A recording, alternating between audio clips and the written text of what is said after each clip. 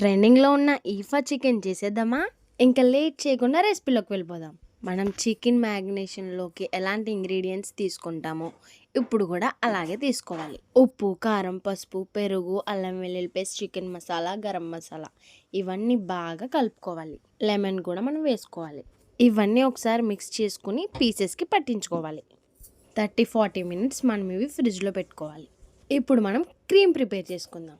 క్రీమ్‌కి కావాల్సింది 2 ఉడకబెట్టిన కోడిగుడ్లు, 1 లేయర్ చీజ్, సాల్ట్, కొంచెం పంచదార, పాలు, 2 వెల్లుల్లిపాయ గుడ్లు. మనం ఇదంతా మిక్సీ పట్టుకుని స్మూత్ క్రీమ్‌లా చేసుకోవాలి. ఇప్పుడు మనం ప్యాన్ పెట్టుకుని ఆయిల్ వేసి అందులో మనం మ్యాగ్నేట్ చేసిన చికెన్ వేసుకోవాలి. ఈ చికెన్ అంతా బాగా కుక్ అయింది అని అనేటప్పటికి మనం రెడీ చేసుకున్న క్రీమ్‌ని ఈ చికెన్ మీద అప్లై చేయాలి. అంతే, మన దుబాయ్ ఇఫా చికెన్ రెడీ. ఈజీ ప్రాసెస్‌లో ఇంట్లో ఉన్న ఇంగ్రీడియెంట్స్‌తో సింపుల్‌గా చేసుకోవచ్చు. టేస్ట్ అయితే చాలా బాగుంది. నేను ట్రై చేశా. మీరు ట్రై చేసేయండి. Thanks for watching.